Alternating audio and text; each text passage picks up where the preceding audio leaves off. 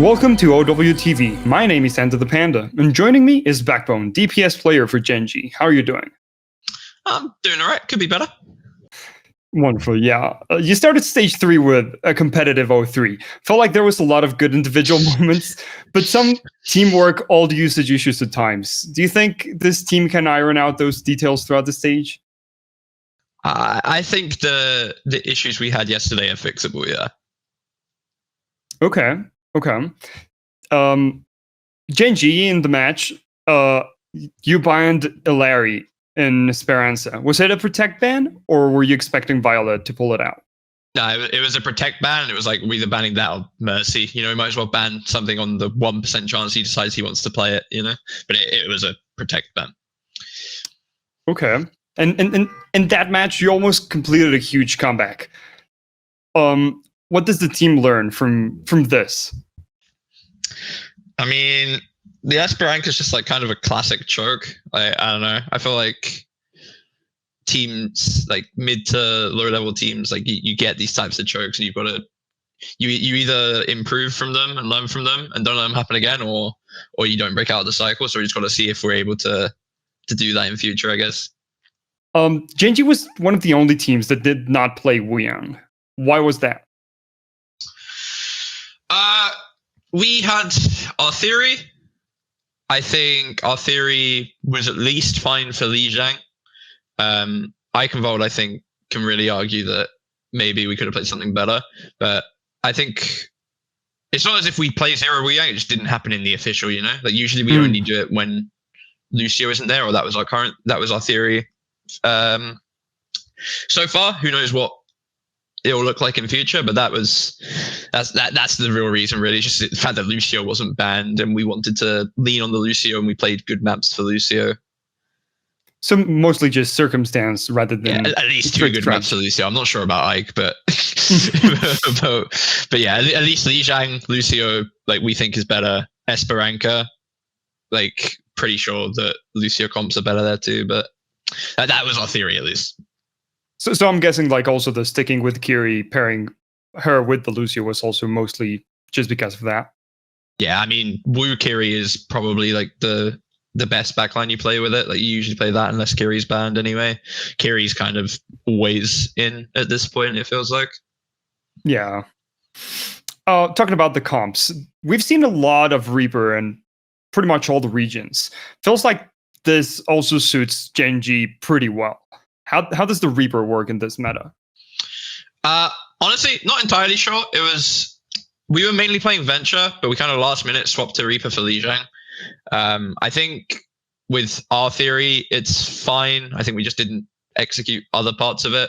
But the Reaper's just like, I don't know, especially when you get the minor perk for Reaper, suddenly you can dodge pulse bombs. You just have like you have an extra invincibility frame on Reaper, like every 10 seconds, which doesn't sound like a lot. I mean, it's not one frame firstly, right? It's like more like half a second. But the hero is just also quite good at keeping himself alive in these like dogfights when it's super split late, and is also good into main tank teams, which is why I think Korea is like leading the way on the Reaper pick, because they're all main tank teams. Like I think over here when people are on D.Va and Zarya, it becomes a little bit worse. I mean, Zarya Reaper's got good synergy, but I think that's, if the meta is going to evolve drastically, that'll be the way it goes as well at this point, like something Zarya Reaper based. If not, I think we'll probably see more of the same for the rest of this patch. Okay, and you as the Reaper player in this case feel like comfortable playing with it? Yeah, I'm pretty. I know we bombed out of Stockholm, but also did well in our playoffs on Reaper. Pretty sure I can play that hero. I mean, you know, maybe not in Stockholm, but as long as I don't have to play Reaper in the country of Sweden, we're fine, surely. Yeah. Talking more about your heroes. We've seen that Alakad in EMEA, Crazy Raccoons, and T1 in Korea have run the sim. What made you? Has that made you reconsider also pulling it out?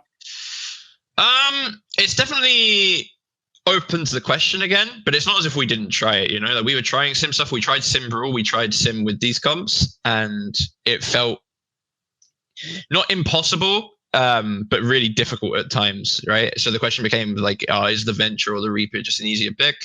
I think, especially after watching the T1 Crazy Raccoons game today, I think I can I have a bit of a better idea of like maybe where Sim can work in this comp and like how you can play it, which is good. Honestly, I haven't fully watched the Alcad TM game yet, but we played Sim versus TM in scrims, and I mean, obviously Alcad are a better Sim team than us, right? But it felt impossible. And when I looked at the comps that TM were on yesterday, I feel like it's not what they would have played against us on it. So I'm not sure what happened there. But again, haven't actually, like, I just glanced at the comps, right? But I don't know. I think Sim definitely has a place still, right? Whether or not these like brawly comps that Alcad seemingly make work should work, I'm not sure. I haven't looked at it properly. Like, I think they just beat Vision doing the same thing. But yeah, at least with the divey style stuff, like the Korean games have like given, I guess, an opening or like a window into how to play it, maybe.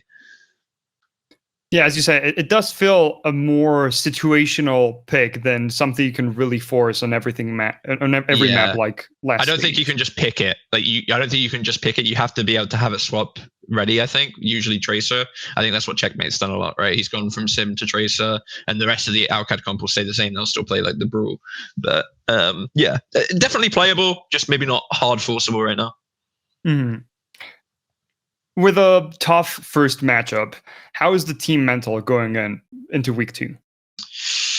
I mean, we've got probably the most unwinnable game possible this week. VP are the best team right now. I think they've rolled perfect meta, right? If this stays meta for the entire stage and they don't go undefeated, it's probably an underperformance for them. But you know, that being the case probably makes this week a bit easier for us. There's no pressure on this win, like on this next game. Sorry, right? No one's expecting us to really win. So if we show up, just try, as long as it's not an embarrassing loss, we'll probably be happy. And then we can look forward to, I think we've got Peps week 3, which is an important game to win for us for sure. End of the day, just need to make sure we get top 6 for playoffs and hopefully show up then. But I think having a low stakes game will be good for us this week. Yeah, and you actually have 2 weeks this next weekend, right? You play a very hard match against VP, but then you have what should be an easier one versus Quick. How, with 1 week of preparation, how are you approaching this? What is the priority? Hold up. News to me. 1 sec. Yeah, no, we do. You are completely correct. I mean, honestly, that's probably even better. To be fair, we can do the VP game. Try and we've got probably like 2 ends of the spectrum here. I can't remember Quick's exact roster. Like they all change their names all the time, so I get the players on each one confused, honestly. But I think we've got 2 ends of the spectrum of quality of teams we play this weekend. So as long as we have a good theory and understanding going into this one, unlike this week maybe, I don't know, the Quick game, I'm not worried about it. Gotta hope that if VP do beat us, it doesn't knock us off our game. But I really think like losing to VP is so inconsequential for us, right? Like we shouldn't be thinking we're going to beat VP. We shouldn't be like resting our hopes on it. If it happens, great, but we shouldn't care enough about it. Like this Vision game, for instance, where if we lose, it should make us feel worse because it's just one of those things, Like sometimes you just have to go get spanked by the big boys.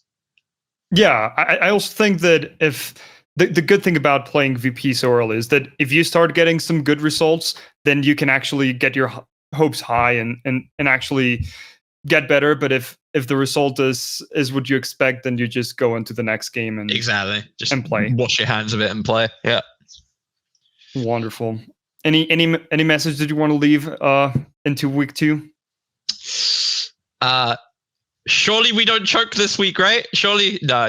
That's not good. I don't know. I think we've learned stuff from this game. Like like we're a new team as a group of players together, right? Like obviously a couple of us have been with each other, but I think it's natural to early on in a team maybe like choke a bit in an official. And I don't want that to come across as like I think that Quick didn't deserve to win. They clearly did, but I think we definitely could have, not hard choked Esper and could have definitely played Li Zhang better.